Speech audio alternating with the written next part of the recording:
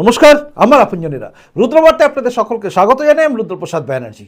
যথারীতি রেড রোডে দাঁড়িয়ে নামাজ পড়ার দিনে মমতা বন্দ্যোপাধ্যায় তার জ্বালাময়ী ভাষণ দিলেন এবং ভাষণ দিলেন ওইখানে সমবেত হওয়া ঈদের অনুষ্ঠানে থাকা মুসলিমদের উদ্দেশ্যে।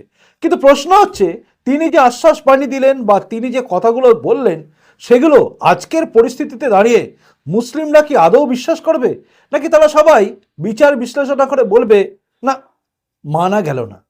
কেন বলছি জানেন? চলুন শুরু করা যাক এই মুহূর্তের রুদ্রবার্তা।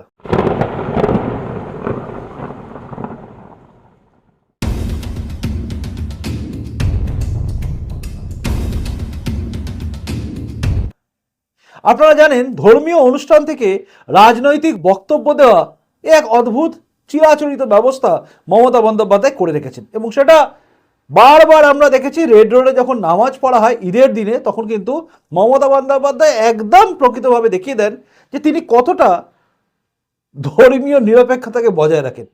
তিনি পরিষ্কারভাবে হিজাব পরার মতো করে পড়ে নিয়ে, দেখুন কে কিভাবে পড়বেন আমি জানি না, কিন্তু তার এই পড়ার ধরনটা খুব একটা ভালো লাগলো না। আমরা অভিষেক ব্যানার্জিকে দেখিনি মাথায় কোনো ফেজ টুপি পড়তে, কিন্তু মমতা বন্দ্যোপাধ্যায় তিনি তার মতো করে করেছেন।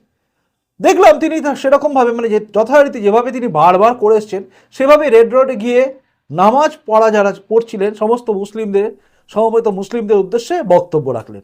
তার বক্তব্য চলাকালীন অনেক লোকে আস্তে আস্তে উঠে যাচ্ছিলেন। তিনি বুঝে গেছিলেন যে না, লোকে আমার কথা শুনছে না। এটা একটা ছিল লক্ষণ যে না, ভালো লাগছে না। এতদিন ধরে রোজা রেখে আমরা বসে নামাজ পড়ে এবার বেরিয়ে গিয়ে বাড়িতে যাব, আত্মীয়র সঙ্গে দেখা করব, ঘরে যাব, খাওয়া দাওয়া করব, তার আগে এই ভাষণ শুনতে হবে। যারা এই অনুষ্ঠানগুলো আয়োজন করেন তাদের ভাবা উচিত, এটা যদি গীতা পাঠ অনুষ্ঠানে দাঁড়িয়ে কেউ যদি বক্তব্য রাখতো, ধরে নিন এই যে গীতা পাঠ হলো, গীতা পাঠ অনুষ্ঠান, সেখানে ধরুন স্টেজের ওপর দাঁড়িয়ে শুভেন্দু অধিকারী বক্তব্য রাখলেন এবং বললেন যে তৃণমূল সরকারকে উৎখাত করতে হবে বা ফেলতে হবে। তারপর তিনি বললেন, এমনভাবে বললেন যাতে মনে হবে না যে তৃণমূলের বিরুদ্ধে বিজেপিকে ভোট দিন, কিন্তু বলে দিলেন। ঠিক সেটা করলে কিন্তু রে রে করে গোটা বুদ্ধি বেঁচে খাওয়া লোকগুলো, আরে আমি বুদ্ধিজীবী কথা বলছি, তারা নেমে পড়তো। এটা কি হচ্ছে? ধর্মীয় জায়গায় একটা ভাষণ দেওয়া, রাজনীতির ভাষণ, এসব ডায়লগ শুনতে হতো। কিন্তু মমতা বন্দ্যোপাধ্যায়ের ক্ষেত্রে সেগুলো শুনতে হয় না। আর যারা সমবেত ছিলেন তারা সত্যি বলতে কি, তারা প্রতিবাদ করার জায়গাও থাকেন না। তারা ভাবেন যা বাবা যা আছে ঠিক আছে, হচ্ছে আসছে এই আমাদের ঠিক আছে, আমাদের একটু তোষণ করে চলে, এটাই আমাদের কাছে ঠিক আছে। তাই মাথা নত করে তারা মেনে নেন একজন কি বলছেন সেটা শোনার জন্য।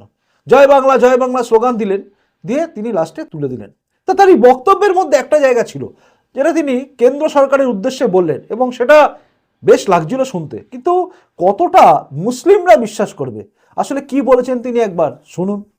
আমি জানি অনেকের মধ্যে প্রশ্ন আছে, এনআরসি হবে কিনা, সিএ হবে কিনা, আবার uniform civil code uniform civil code নিয়ে আসছে, আমরা মানব না, গায়ের জোরে মানব না, গায়ের জোরে মানব না, গায়ের জোরে মানব না। আবার বলছে नागरिक कैसे है, तो आप पहले सोचिए कि आप नागरिक कैसे है। अगर हम नागरिक नहीं है तो आप कैसे है? जनता ने वोट दिया, आपको नागरिक आपको बनाया, प्रधानमंत्री बनाया, चीफ मिनिस्टर बनाया, जिला परिषद बनाया, ग्राम सभा बनाया, पंचायत बनाया, म्यूनिसिपैलिटी बनाया, और आपको भी कहते हैं वो नागरिक क्या है, आप तो है ही नहीं। हम कहते हैं आने वाला दिन आप तो है ही नहीं, हमको उत्तर आपको दिखता है ऐसा ही। আমার রাজা কি, আমার ইচ্ছে সর্বধর্ম সমন্বয়, আমার ইচ্ছে আপনাদের নিরাপত্তা, আপনাদের জীবন, no NRC, no cash, no uniform civil code, সব মানুষের অধিকার তার নিজস্ব অধিকার, নিজস্ব অধিকারের মতো থাকবে। শুনলেন তিনি সিএ মানে কে কে ছি ছি সেই গল্প, তারপর এনআরসি এবং ইউসিসি। অদ্ভুতভাবে সিএ হচ্ছে, সিএতে তাদের আপত্তি ধর্মীয় ভিত্তিতে কেন এই সমস্ত নাগরিকত্ব দেওয়া হচ্ছে, আবার ইউসিসি হচ্ছে সবাইকে সমস্ত ধর্মকে এক জায়গায় করা, সেখানে তাদের আপত্তি হচ্ছে সমস্ত ধর্ম কেন এক জায়গায় হচ্ছে। দ্বিচারিতা, দেখুন দ্বিচারিতা তো থাকবেই। দ্বিচারিতা না থাকলে সেকুলারিজমের ধুয়ো তুলে রাজনীতি করে মুসলিম ভোট পাওয়া যায় না, তাই তারা দ্বিচারিতা করবে। তবে আজকের বাংলার মুসলিমরা কতটা গ্রহণ করবেন সেটা দেখার বিষয়। কেন বলছেন? কারণ হচ্ছে সিএ, সিএ নিয়ে আগে কি বলা হয়েছিল? এই মমতা ব্যানার্জি কিন্তু আগে বারবার বলতেন সিএ করে মুসলিমদের অধিকার চলে যাবে, তারা নাগরিকত্ব পাবে না, তাড়িয়ে দেওয়া, বলতেন কি না? যার জন্য কিন্তু বাংলার বুকে প্রথম আগুন লেগেছিল। সিএ বিরোধী আন্দোলন কিন্তু সবচেয়ে প্রথম বাংলায় হয়, কারণ বাংলার মুসলিমদের বোঝানো খুব সোজা ছিল। আজকে বাংলার মুসলিমরা বুঝে গেছেন যে সিএ কোনো মুসলিমকে তাড়িয়ে দেওয়ার গল্প নয়, কোনো কিছুই নেই। ভারতে বসবাস করা কোনো মুসলিমদের নিয়ে কোনো প্রশ্নই নেই সিএতে, তাই তারা আজকে জেনে গেছেন। এবং মমতা বন্দ্যোপাধ্যায় যে ডাহা মিথ্যা কথা বলছেন সেটা পরিষ্কার হয়ে যাচ্ছে। সিএ আমরা করতে দিচ্ছি না, আমরা গায়ের জোরে কী সব বলছেন? সিএ তো অলরেডি চালু হয়ে গেছে। সিএ চালু হয়ে গেছে, পোর্টালে অনেকে নাম ফিল আপ করছেন, ফর্ম ফিল আপ করছেন, সিএ চলছে। এই রাজ্যেও বহু লোক করছেন। তাহলে আপনি আটকাচ্ছেন কোথায়?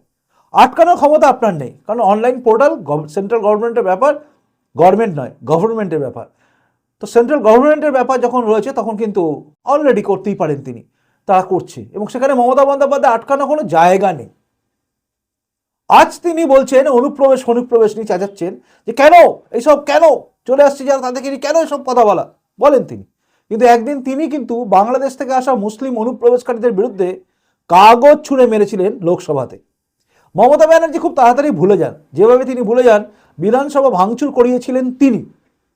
আজ তিনি ভাঙচুরের বিরুদ্ধে বলেন তাদের লোক করলে কোনো ব্যাপার না, অন্য লোক করলে ব্যাপার। আজকে বাংলার মুসলিমরা কি এটা বুঝছেন না? বাংলার মুসলিমরা কি চোখে ঠুলি দিয়ে থাকে, তারা দেখতে পায় না?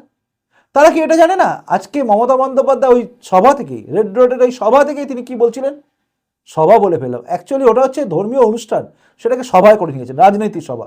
জানি না মুসলিমদের ধর্মগুরু যারা আছেন তারা এটা কি করে মানেন, মানতেই পারেন। আমাদের হলে পরে আমরা একটা প্রতিবাদ করতাম যে আমাদের ধর্মীয় আচরণের মধ্যে কেন রাজনীতির বক্তব্য রাখবেন।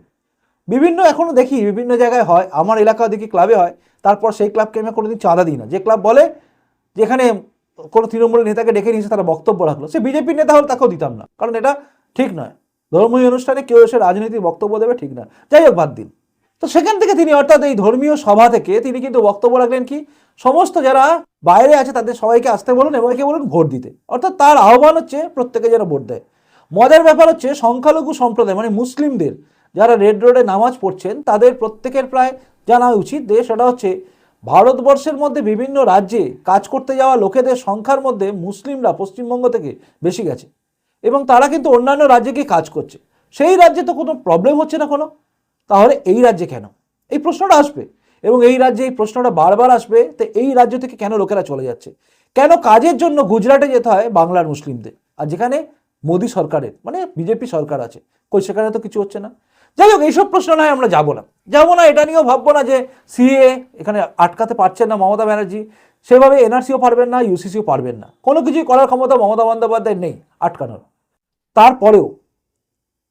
তারপরেও বাংলার মুসলিমরা যে কেন ভোট দেবে না সেটা একটা বড় প্রশ্ন হচ্ছে একটা জায়গায়, কেন এগোবে না? তার কারণ হচ্ছে শেখ শাহজাহান, সে যে সংখ্যালঘু সম্প্রদায় মানে মুসলিম সম্প্রদায়, সে কিন্তু আজকে উপলব্ধি করছে যে এই পশ্চিমবঙ্গ সরকারের যে কথা, মানে মমতা বন্দ্যোপাধ্যায়ের যে কথা বা তৃণমূল নেতাদের যে কথা, তারা তাকে বাঁচাতে পারছে না। কারণ একটাই, আজকে শেখ শাহজাহানও কিন্তু বলতে বাধ্য হলেন যে আমার ওপর যে সিবিআই তদন্ত হচ্ছে, সিবিআই ইডি তদন্ত করলেই ভালো হবে। আমি বলছি না, শুনুন। আস্থা আছে সিবিআই তদন্ত করবে। জমি দখলের যে অভিযোগ আপনার বিরুদ্ধে সেটা আপনি মিথ্যে বলছিলেন। খুব ভালো হবে, সিবিআই তদন্ত হলে খুব ভালো হবে। সিবিআই তদন্ত হলে ভালো হবে, আর ইডির তদন্ত, ইডিও তো তদন্ত করছে শাহজাহান। শুনলেন? অর্থাৎ শেখ শাহজাহান বুঝে গেছেন যে এই সমস্ত স্তোত্র বাক্য যেগুলো মমতা বন্দ্যোপাধ্যায় এবং তার দল দেয় সেগুলো ডাহা মিথ্যে কথা। যা কিছু করার সেন্ট্রাল গভর্নমেন্ট থেকে যা হচ্ছে সেটা হচ্ছে, অর্থাৎ ইডি সিবিআই যা করছে তার উপর ভরসা রাখতে হবে, কারণ তাদের হাত থেকে বাঁচানোর ক্ষমতা মমতা ব্যানার্জির নেই। শুধুমাত্র শেখ শাহজাহানকে বাঁচাতে পারলেন না মমতা বন্দ্যোপাধ্যায়, তৃণমূল সরকার বা কংগ্রেস যাই বলুন, তৃণমূল কংগ্রেস বা সরকার, এরা বাঁচাতে পারলো না। অর্থাৎ হাজার চেষ্টা করেও কিন্তু শেখ শাহজাহানকে গার্ড করতে পারলো না। আজকে শেখ শাহজাহান উপলব্ধি করেছে যে না, এই সরকার আমাকে বাঁচাবে না, তাই একদম ঠিক কথা তিনি বলেছেন যে সিবিআই ইডি তদন্ত হলে ভালো হবে। আজকে আমরা বুঝতে পারছি সেটা পরিষ্কারভাবে বাংলার মুসলিমদের বোঝা উচিত যে শেখ শাহজাহানের মতো মানুষরা ইউজড হয়ে যায়, অর্থাৎ তাদের ব্যবহার করা হয়।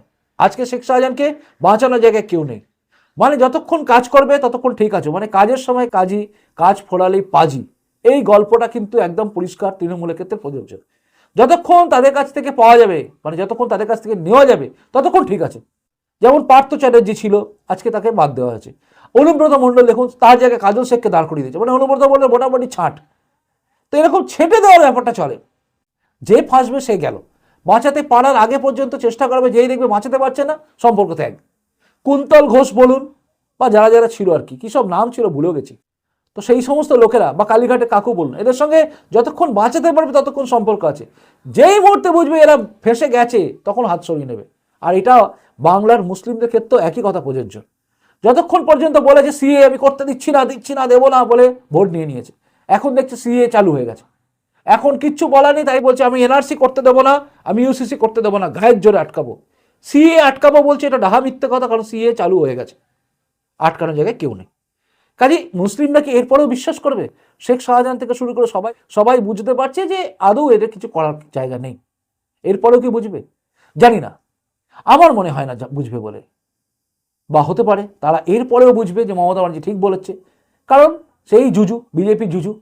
আচ্ছা, আপনি কি ভাবছেন? আপনার কথাটা আপনি কিন্তু কমেন্ট বক্সে লিখুন। আপনার কমেন্টসের অপেক্ষা আমি রইলাম, আর আমার পরবর্তী রুদ্রবার্তা দেখার অপেক্ষা আপনি থাকুন। প্রতিবেদনটা ভালো লাগলে লাইক করবেন, যদি মনে হয় শেয়ার যোগ্য তাহলেই শেয়ার করবেন। আর যদি আপনি নতুন এসে থাকেন এই চ্যানেলে, তাহলে চ্যানেলটা সাবস্ক্রাইব করে আমার আপনজন হয়ে তারপর যাবেন। এখনকার মতো আসি, দেখা হচ্ছে এর পরে রুদ্রবার্তায়। নমস্কার, বন্দে মাতরম, ভারত মাতা জয় হোক, জয় হিন্দ।